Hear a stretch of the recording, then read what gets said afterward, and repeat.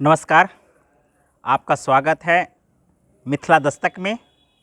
और हम आज आपके साथ चर्चा करेंगे कि मिथिला दस्तक एक यूट्यूब चैनल है और इसकी वेबसाइट भी क्रिएट की जा रही है। तो सबसे पहले हम यूट्यूब चैनल में आपका स्वागत करते हैं। साथ में इसी नाम से मिथिला दस्तक लाइव के नाम से पेज भी है। तो आप हमारे मिथिला दस्तक लाइव पेज को लाइक कीजिए, फॉलो कीजिए एवं हमारे यूट्यूब चैनल मिथिला दस्तक को सब्सक्राइब कीजिए, लाइक कीजिए। और हम आपको मधुबनी, दरभंगा, समस्तीपुर के खास सच्ची खबरों को इस न्यूज़ चैनल के माध्यम से पहुंचाते रहेंगे। साथ में हम उन तमाम राजनीतिक मुद्दों का भी चर्चा करेंगे जो वर्तमान में बिहार सरकार में चुनाव को लेकर के सरगर्मी है। इसी चुनाव को आप विभिन्न तरीक़ों से इस न्यूज़ चैनलों के माध्यम से आपको देखने को मिलेगा। जहां तक हम प्रयास करेंगे कि हमारे कुछ रिपोर्टर्स हमें इस न्यूज़ चैनल को चलाने के लिए सहयोग करें। तो आप यदि इच्छुक हैं तो हमारे साथ जुड़ सकते हैं। आप विधानसभा का कवरेज कर सकते हैं और हम आपको आशा दिलाते हैं कि मिथिला दस्तक न्यूज़ चैनल आपके लिए एक बेहतरीन प्लेटफॉर्म बनेगा और आने वाले समय में आप और आपके समाज की आवाज़ बनकर सरकार तक आवाज़ पहुंचाने के लिए भरसक प्रयास करेगा। निश्चित रूप से इस चैनल को आप लोग सब्सक्राइब करेंगे। साथ में हमारा जो पेज है मिथिला दस्तक लाइव, उसे ज़रूर आप फॉलो कीजिए, लाइक कीजिए, ताकि हम हर एक खबर को आप तक अपडेट करते रहेंगे। आप देख रहे होंगे कि बिहार में जो राजनीतिक परिस्थिति है और दिन प्रतिदिन किस प्रकार से चेंज हो रहा है, हम उस पर भी कवरेज करेंगे।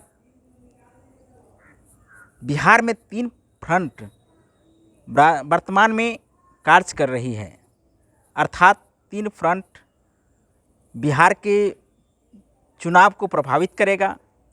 अब देखना है कि जीत किसकी होती है। एक तरफ एनडीए गठबंधन है, दूसरी तरफ महागठबंधन है और तीसरा फ्रंट जो तैयार किया गया है वो फ्रंट भी इस चुनाव में बहुत ही ज़्यादा प्रभाव डालने वाला है। जो सेक्युलर फ्रंट करके रखा गया है, इस सेक्युलर फ्रंट का भी इस चुनाव पर बहुत ज़्यादा प्रभाव पड़ेगा। और चौथा फैक्टर भी इस चुनाव में आपको प्रभावित करने वाला है और वो ज़्यादातर जदयू के जहाँ जहाँ उम्मीदवार हैं वहाँ लोजपा अपनी उम्मीदवारी को रखे हैं। ऐसे में अब देखना है कि गठबंधन लोजपा को फुल सपोर्ट करती है या जदयू को फुल सपोर्ट करती है, जबकि एनडीए का दोनों घटक दल हैं। केंद्र में दोनों एक साथ हैं, किंतु बिहार चुनाव में दोनों अलग अलग पायदान पर एक साथ में चुनाव न लड़ करके दोनों एक दूसरे के खिलाफ में हैं। जहां लोजपा को एनडीए के खिलाफ इस चुनाव में, अर्थात जदयू के खिलाफ इस चुनाव में आपको एक बहुत बड़ा प्रतिद्वंदी देखने को मिलेगा। वहीं एनडीए के घटक और एनडीए के मुखिया दल बीजेपी के खिलाफ जदयू साथ लड़ रही है, वहीं लोजपा उनके खिलाफ लड़ रही है। तो देखना बहुत ही दिलचस्प चुनाव होगा। बिहार चुनाव, इस बार का चुनाव अर्थात 2020 का चुनाव, इस कोरोना काल में आपको बहुत ही सरगर्मी वाला चुनाव देखने को मिलेगा। बिहार में वैसे भी चुनाव सरगर्मी से भरा हुआ रहता है, किंतु 2020 का चुनाव कोविड-19 को लेकर के और जहां 3 फ्रंट चुनाव मैदान में अपने अपने उम्मीदवारों को उतारने में लगे हुए हैं, वहीं चौथी जो कैटलिस्ट कहिए या चौथा फ्रंट कहिए, एक प्रकार से लोजपा है। वर्तमान में लोजपा के जो संस्थापक थे माननीय रामविलास पासवान जी, उनका देहावसान हो गया है। तो निश्चित रूप से सारी जिम्मेदारी चिराग पासवान के ऊपर है। और वर्तमान में आप देख रहे होंगे कि पिछले लोकसभा से अब तक जो निर्णय लेते हैं उसमें चिराग पासवान अपना निर्णय लेते हैं, जिसमें रामविलास पासवान की सहमति रहती थी। किंतु अब देखना है कि लोजपा इस चुनाव में किस प्रकार का प्रभाव डालती है। आपको निश्चित रूप से हम अपडेट कराते रहेंगे। हम अपने news channel, YouTube channel Mithila Dastak के माध्यम से, साथ में हम अपने पेज के माध्यम से भी आपको रूबरू करवाते रहेंगे कि बिहार का जो चुनाव है वो किस प्रकार से, किस करवट में ये चुनाव जाएगी, इसकी संदर्भ में हम आपको लगातार चर्चा करते रहेंगे।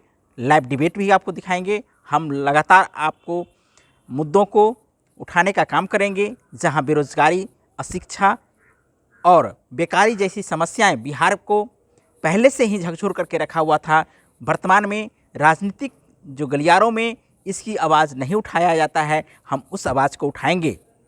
जहां शिक्षा पर भी हम चर्चा करेंगे, रोजगार पर भी शिक्षा करेंगे और बेरोजगारी पर भी शिक्षा करेंगे। क्योंकि अधिकांश बेरोजगार बिहार के हैं जो प्रदेशों में काम कर रहे थे, किंतु कोविड-19 के चलते वो अभी गाँव में हैं। तो हम उनकी चर्चा को, उनकी समस्या को चर्चा में रखेंगे और सरकार तक इस आवाज़ को ले जाने का काम करेंगे कि आखिर बिहार के लोग पलायन करके अन्य प्रदेशों में, अपने ही घर के लोग, अपने ही देश के लोग प्रवासी क्यों कहलाते हैं। इस मुद्दा पर हम चर्चा करेंगे कि आखिर इस भारत के नागरिक अपने ही देश में दूसरे प्रदेश में काम करने जाने के कारण उन्हें प्रवासी क्यों बोला जाता है।